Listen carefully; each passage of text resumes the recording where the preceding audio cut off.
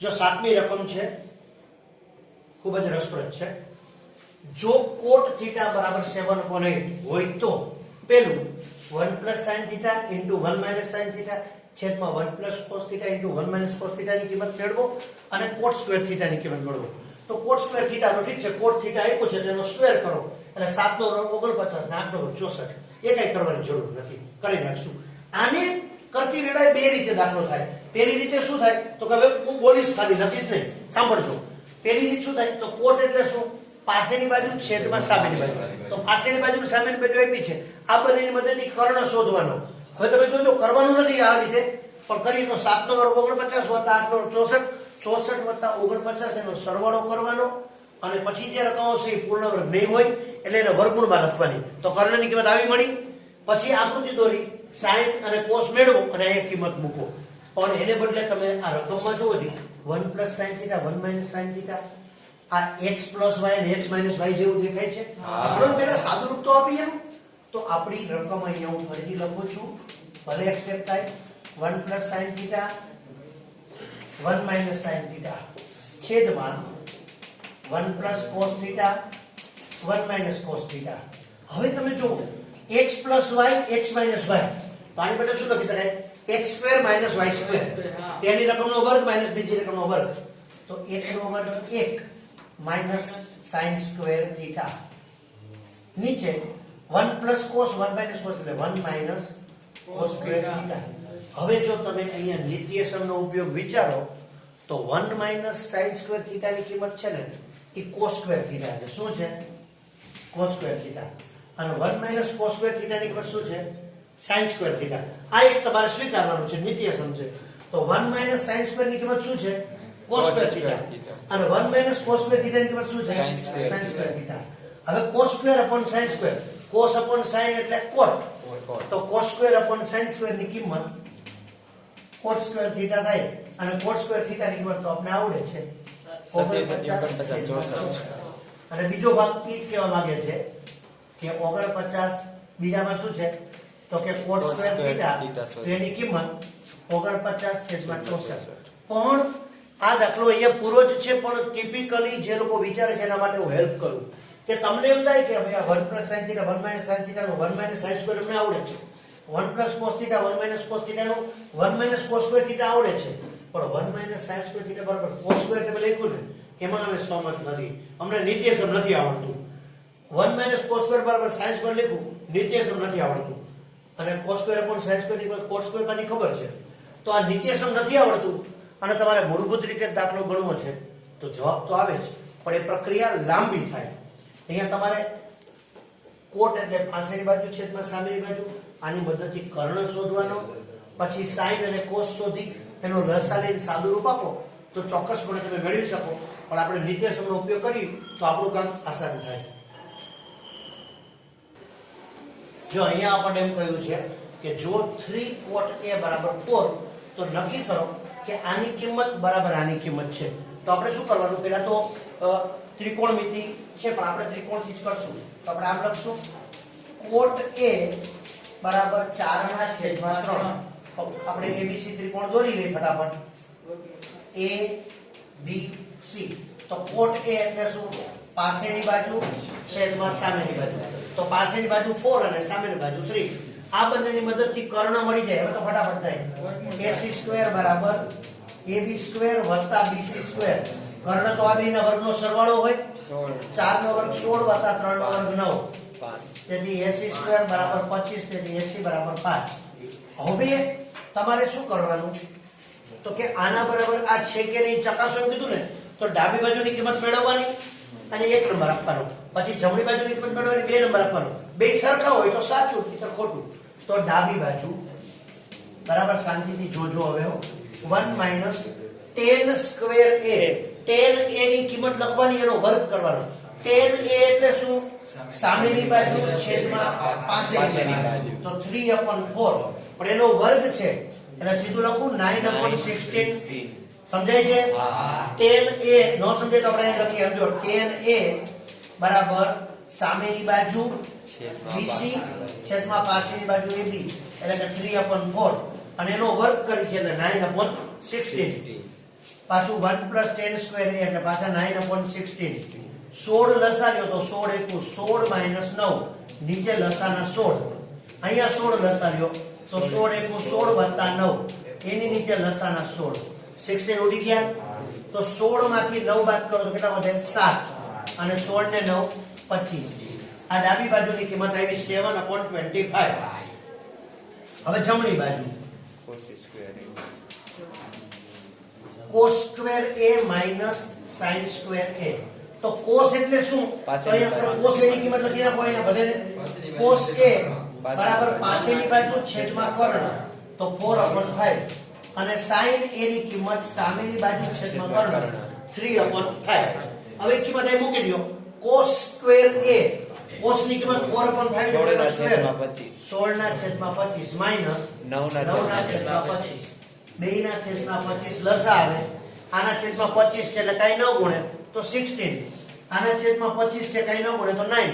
તો 16 માંથી 9 બાદ કરો શું વધ્યું 7/25. પરિણામ 2. તો પરિણામ 1 અને 2 પરથી સાબિત થાય છે. શું સાબિત થાય છે? તો કે 1 - 10 સ્ક્વેર એ છેદમાં 1 + 10 સ્ક્વેર એની કિંમત cos સ્ક્વેર - sin સ્ક્વેર એની કિંમત જેટલી છે.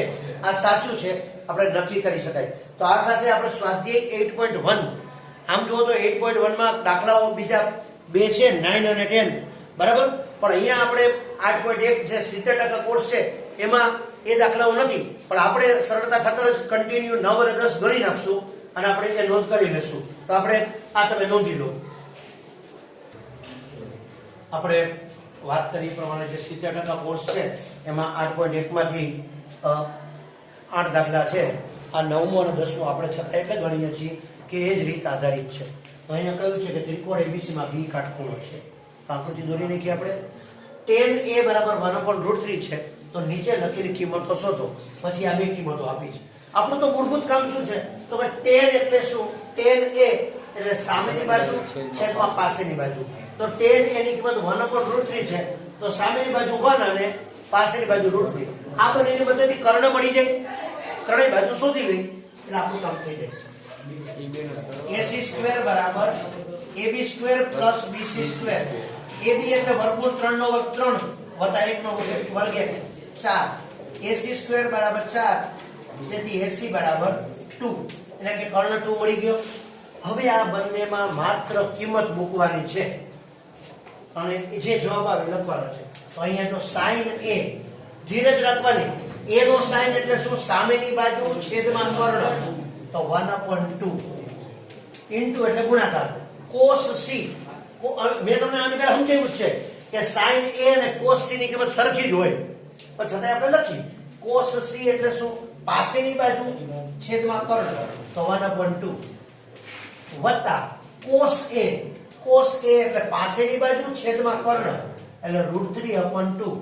sin c એટલે સામેની બાજુ છેદમાં કર્ણ તો સામેની બાજુ √3/2 એટલે કે ગુણાકાર કરો તો 1 1 1 નીચે 2 દુ 4 વત્તા વર્ગમૂળ 3 ગુણ્યા વર્ગમૂળ 3 છેદમાં 4. 4 લસા આવે 1 + 3 3 ને 4 ના છેદમાં 4 એટલે આની કિંમત આવે 1. અને મિત્રો તમને હું કહી દઉં કે આને ત્રિકોણમિતિનું સરવાળા સૂત્ર કહે છે. 11 સાયન્સમાં તમે જ્યારે ભણશો ત્યારે ત્રિકોણમિતિના સૂત્રો, સરવાળા સૂત્ર, અવયવ સૂત્ર એ આવશે. એમાંનું આ સરવાળા સૂત્ર છે. બરાબર છે? તો આની કિંમત આવી 1. હવે આપણે અહીંયા પરિસ્થિતિમાં જઈએ. અગેન આ એ પ્રકારનું સરવાળા સૂત્ર જ છે, પણ આને તફાવત સૂત્ર તરીકે કહેવામાં આવે છે. તો cos a નો cos એટલે પાસેની બાજુ છેદમાં કર્ણ √3/2. cos c એટલે પાસેની બાજુ છેદમાં કર્ણ એટલે 1/2 માઈનસ sin a સામેની બાજુ છેદમાં કર્ણ 1/2. sin c સામેની બાજુ છેદમાં કર્ણ √3/2. તો આનો ગુણાકાર કરો તો વર્ગમૂળ 3 એકુ વર્ગમૂળ 3 નીચે 2 દુ 4 માઈનસ વર્ગમૂળ 3 એકુ વર્ગમૂળ 3 નીચે 2 દુ 4. તો √3/4 માઈનસ √3/4 બે સરખા આવી. 4 લસાડ્યો તો √3 - √3 0. 0/4 એટલે 0. અથવા તો √3/4 ને √3/4 ઉડી ગયા પ્લસ અને માઈનસ. તો આની કિંમત આવી 0. આની કિંમત આવી 1. તો ફરી એક વખત સમજો કે પહેલા તો tan a આપ્યો છે સામેની બાજુ છેદમાં પાછળની બાજુ. આના પછી કર્ણ શોધો, પછી sin a cos c cos a sin c cos a cos c sin a sin c ની કિંમત મૂકી દો એટલે તમને દાખલો થઈ જાય. બરાબર. હવે આપણે 10મો દાખલો જોઈશું. 10મો દાખલો છે. અહીંયા ત્રિકોણમિતિ પ્રકરણનો કોઈ ખાસ કન્સેપ્ટ નવો નથી, થોડુંક સાદુરૂપ અને સમજની વાત છે. ત્રિકોણ PQR માં Q કાટખૂણો છે. આ PQR Q કાટખૂણો છે. PR plus QR બરાબર 25 છે. આ બંને બાજુની લંબાઈનો સરવાળો. હવે જેમાં PR જાણતો હોય તો QR મળી જાય, QR જાણતો હોય તો PR મળી જાય. અત્યારે બેમાંથી એકે જાણતા નથી, કાઈ વાંધો નહીં. અને PQ બરાબર 5 આપેલ છે. તો sin P cos P અને tan P શોધો. તો sin P cos P અને tan P શોધવા માટે આપણે ત્રણેય બાજુ શોધવી જરૂરી. તો ત્રણ બાજુમાંથી બે આપી હોય તો ત્રીજી મળી જાય. પણ અહીંયા બે નથી આપી, એક આપી છે અને બે વચ્ચેનો સંબંધ આપ્યો છે. હવે એ સંબંધમાં આપણે આપણી સમજ પ્રમાણે કંઈક લોજિક કરીએ. સારું એ તમારું. તમે QR માટે અથવા PR માટે x ધારી લો. તમે x ધારી લેશો એટલે આવું થશે. જો આપણે વિચારીએ, ધારો કે ફરીથી કહું છું કે જે પણ આપણે કન્સેપ્ટ કરીએ છીએ આપણી સમજ પર કરીએ છીએ. ધારો કે આ કર્ણ છે એ મોટો છે, તો ધારો કે આપણે એમ કહીએ કે PR બરાબર x, કર્ણની કિંમત x છે, તો ઓટોમેટિક PR વત્તા QR બરાબર 25 છે. તો આમ થાય x વત્તા QR બરાબર 25. તેથી QR ની કિંમત 25 માઈનસ x. તો આ x ધારો તો આની કિંમત કેટલી આવે? 25 માઈનસ x. હવે પાયથાગોરસનું સૂત્ર વાપરી x ની કિંમત મેળવો. x એટલે કર્ણ, એને 25 માંથી બાદ કરો એટલે QR. ત્રણેય બાજુ મળી ગઈ, પછી તો કોઈ પ્રશ્ન નથી. તો હવે આપણે આનું પાયથાગોરસનું સૂત્ર લગાડીએ. તો ત્રિકોણ PQR માં આપણે આમ લખી શકાય PQ² વત્તા QR² બરાબર PR². અથવા તો પેલા કર્ણ લખો, ગમે તેમ લખો. આ બે બાજુના વર્ગનો સરવાળો કર્ણના વર્ગ જેટલો છે. હવે કિંમત મૂકો. PQ ની કિંમત કેટલી છે? 5. QR ની કિંમત કેટલી છે? 25 માઈનસ x નો વર્ગ બરાબર PR ની કિંમત કેટલી છે? x નો વર્ગ. હવે આનું સાદું રૂપ આપો. 5 પ્લસ પેલી રકમનો વર્ગ 25 નો વર્ગ 625 માઈનસ 2 ગુણ્યા પેલી બીજી રકમ 25 નું 50x વત્તા બીજી રકમનો વર્ગ. અહીંયા PQ નો વર્ગ છે એટલે 5 નો વર્ગ 25. PQ નો વર્ગ છે એટલે 5 નો વર્ગ 25. અહીં QR એટલે 25 માઈનસ x નો વર્ગ છે, તો 25 નો વર્ગ 625. વચ્ચેના પદની નિશાની 25 દુ 50x, બીજી રકમનો વર્ગ x વર્ગ સામે x વર્ગ. હવે આ x વર્ગ અને x વર્ગ ઉડી ગયા. હવે તમારી પાસે બધા 625 વત્તા 25 650 માઈનસ 50x બરાબર 0. 650 ને સામે જવા દો તો માઈનસ 50x બરાબર માઈનસ 650. બે માઈનસ કેવાથી જાય? પ્લસ. તેથી x બરાબર 650 ના છેદમાં 50. મીંડું મીંડું કયું? 13 પંચા 65. x ની કિંમત આવી 13. x ની કિંમત 13 આવી એટલે કે PR બરાબર 13. તો QR બરાબર 25 માઈનસ x.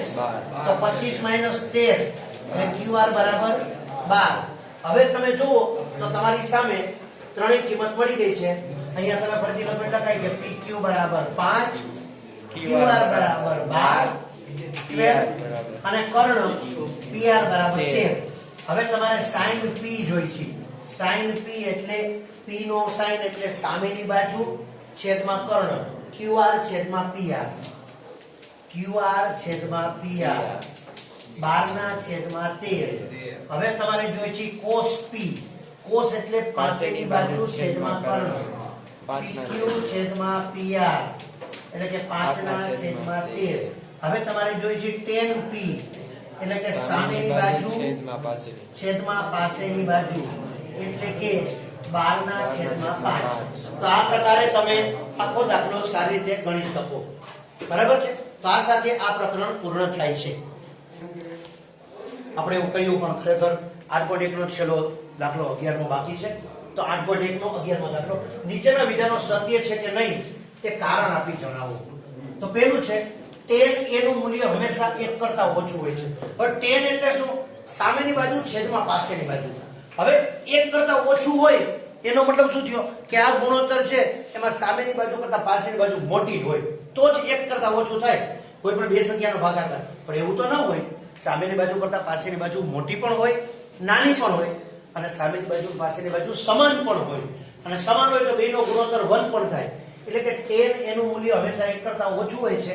આ વિધાન ખોટું છે. tan એનું મૂલ્ય 1 હોઈ શકે, 1 કરતા વધુ હોઈ શકે, 1 કરતા ઓછું હોઈ શકે. કારણ કે tan એ એટલે સામેની બાજુ અને પાછળની બાજુનો ગુણોત્તર છે. સામેની બાજુ પાછળની બાજુ કરતા મોટી હોય તો tan એનું મૂલ્ય 1 કરતા વધુ હોય. સામેની બાજુ કરતા પાછળની બાજુની કિંમત નાની હોય તો એનું મૂલ્ય 1 કરતા ઓછું હોય. અને સામેની બાજુ પાછળની બાજુ સમાન હોય તો એનું મૂલ્ય 1 હોય. માટે આ વિધાન ખોટું છે. એ માપના કોઈ ખૂણા માટે sec a બરાબર 12/5 સત્ય છે. sec એટલે શું તો આપણે વિચારજો.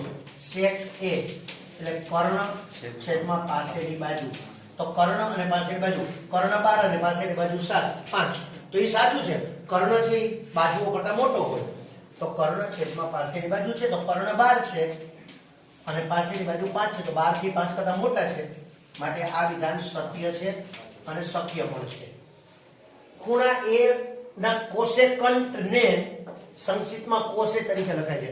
કોસેકન્ટ છે આ વિધાન ખોટું છે, અસત્ય છે. સમજાવું. કારણ કે કોસેકન્ટ છે એટલે સંક્ષિપ્તમાં કોસેક વડે દર્શાવાય છે. કોસેક વડે. જ્યારે કોસ છે એ તો ખરેખર કોસાઇન છે. કોસાઇન એનું ટૂંકું છે. એટલે કે કોસેકન્ટનું સંક્ષિપ્ત રૂપ કોસેક છે જે સાઇન નું વ્યસ્ત છે. માટે આ વિધાન ખોટું છે. જ્યારે કોસ છે તો કોસાઇન નું સંક્ષિપ્ત રૂપ છે COSINE.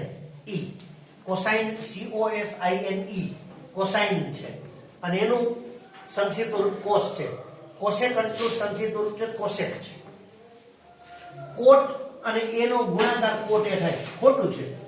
ખરેખર કોટ એનો મતલબ કે એ ખૂણાનો કોટ. કોટ એટલે ગુણોત્તર. ગુણોત્તર એટલે પાછળની બાજુ છેદમાં સામેની બાજુ. માટે એ તો ગુણોત્તર છે.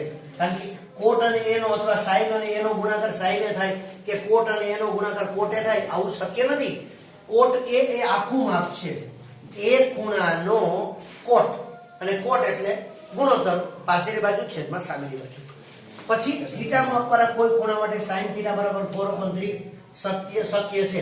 sin એટલે શું તો કે સામેની બાજુ, તો અહીંયા સામેની બાજુ 4 અને છેદમાં કર્ણ 3. તો સામેની બાજુ 4 હોય ને કર્ણ 3 હોય, કર્ણ થી બાજુ કરતા નાનો હોઈ શકે ખરા? તો ખરેખર સામેની બાજુ 4 અને કર્ણ 3. માટે આ સત્ય નથી, આ ખોટું છે. અને કારણ શું છે તો કે 3 <4 છે. કર્ણ છે એ સામેની બાજુ કરતા નાનો છે. કર્ણ સામેની બાજુ કરતા નાનો હોય એવો ત્રિકોણ બને નહીં. માટે આ વિધાન અસત્ય છે. હવે આપણે આ સાથે 8.1 કમ્પ્લીટ કર્યું. ત્રિકોણમિતિમાં 70% કોર્સ પ્રમાણે તમારે પહેલા 8 દાખલા અને 11મો દાખલો છે. 9 અને 10 70% કોર્સમાં નથી, પણ એક સરખા હોવાથી આપણે મૂકેલા છે. હવે આપણે 8.2 માટે ફરી પાછા મળીશું. પણ મિત્રો એક વખત શાંતિથી 8.1 માટે પાર્ટ 1 અને પાર્ટ 2 નો અભ્યાસ કરી અને પાઠ્યપુસ્તક બાજુમાં રાખી અને તમે નોંધ કરશો તો તમને ત્રિકોણમિતિ પ્રકરણ 8.1 સમજાઈ જશે. All the best.